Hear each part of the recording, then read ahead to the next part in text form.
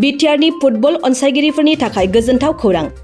BTR सरकारनि गेलेमु बिफाना गिबि खेबनि थाखाय सा सानजा रायजोफोरनि गासै 6 शेड्युल काउन्सिलफोरखौ लानानै मोनसे फुटबल बादायलायनाय खुंनो साखाफारा जादों।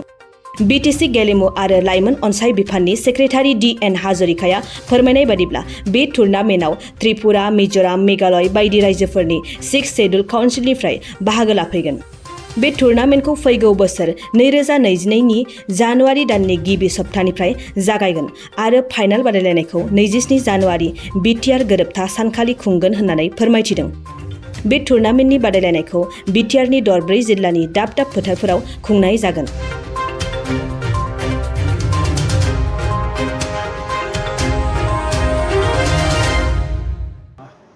আমি সকলোৱে জানো যে বিটিআৰ এৰিয়াটো এটা sports loving area, specially football loving area.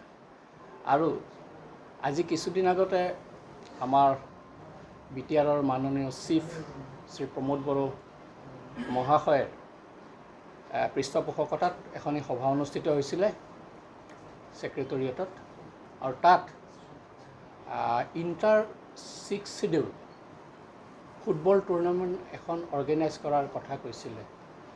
এতিয়া ইণ্টাৰ 6 শিডিউল বুলিলে আমাৰ বিটিআৰ এলেকাটো পৰিব, আসামৰ আৰু আমাৰ ডিমা হাছাও আছে আৰু কাৰ্বি আংলং আছে।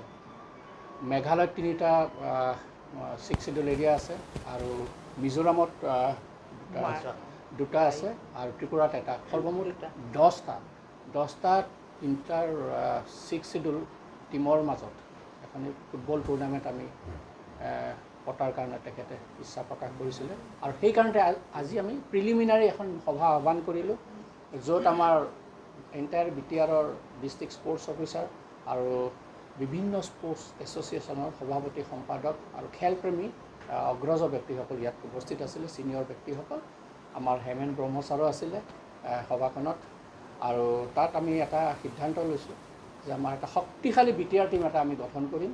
এণ্টায়াৰ 4খন ডিষ্ট্ৰিক্টৰ পৰা এই 4টা ডিষ্ট্ৰিক্টৰ এই টীমটো গঠন কৰোঁতে আমি এখন টুৰ্নামেণ্ট অৰ্গেনাইজ কৰিব লাগিব, য'ৰ পৰা আমি বিটিআৰৰ 22জনীয়া দল এটা আমি গঠন কৰিম। আৰু বাকী যিবিলাক আমাৰ 6 শিডিউল এৰিয়া আছে তালৈকে আমাৰ মেছেঞ্জাৰ বা আমাৰ মেছেজ যাব টু জইন দ্য টুৰ্নামেণ্ট। আৰু আমাৰ টুৰ্নামেণ্টখন আমি ভাবিছোঁ জানুৱাৰীৰ ফাৰ্ষ্ট হাফৰ পৰা আমি আৰম্ভ কৰিম, কাৰণ আমি ফাইনেলখন বিটিআৰ একৰ্ড ছিগনেচাৰ কৰাৰ সেই দিনটো 27 জানুৱাৰীৰ দিনত ফাইনেলখন পতাৰ কথা আমি ভাবিছোঁ। গতিকে আজি সভাত সেই বিষয়ে আলোচনা হ'ল। এখন পৰিচালনা সমিতি আমি অচিৰেই গঠন কৰিম আৰু মই ভাবোঁ আপোনালোক সকলোৰে সহায় সহযোগিতাত আমাৰ পাব্লিচিটিও লাগিব আৰু এই টুৰ্নামেণ্ট এখন গ্ৰেণ্ড ছাকচেছ হ'ব বুলি আমি মনে প্ৰাণে বিশ্বাস কৰোঁ। Thank you. জানুৱাৰী ফাৰ্ষ্ট হাফৰ পৰাই ভাবিছোঁ, টেণ্টেটিভ ডেটটো লৈছোঁ, কিন্তু খাটাংকৈ ডেটটো এতিয়া লোৱা নাই। আমি অথৰিটিৰ লগত কথা পাতি খেলটো আমি 4খন ডিষ্ট্ৰিক্টতেই পাতিম বুলি ভাবিছোঁ। আহিব, আমি ইনভাইট কৰিম, ইনভাইটেশ্যন লেটাৰ যাব, আমাৰ মানুহো যাব। এতিয়াও হোৱা নাই, খাটাং কৰা নাই, কিন্তু এটা প্ৰাইজ মানি থাকিব বা অচিৰে গম পাই যাব, কাৰণ পাব্লিচিটি কৰিব লাগিব। এইটো অথৰিটিয়ে ডিচাইড কৰিব। সপোন আছে পিছলৈকে হয়তো টুৰ্নামেণ্টখন হেৰি হ'বগৈ, পিছত হ'ব পাৰে, ত্ৰিপুৰাটো পাতিব পাৰোঁ, আমি মেঘালয়তো পাতিব পাৰোঁ, তেনেকুৱা এটা হ'ব। গতিকে সেই অনুযায়ী আমাৰ অথৰিটিয়ে নিশ্চয় নাম এটা চিলেক্ট কৰিব বা আমাৰ পিনৰ পৰা ছাজেশ্যন দিম আৰু কি কৰিলে ভাল হ'ব। আৰু আমাৰ লক্ষ্য হ'ল এটা মানে গুডউইল, ফ্ৰেণ্ডশ্বিপ সকলোৰে মাজত। সেইটো মই একচুৱেলি অসম ফুটবল কৰিছোঁ।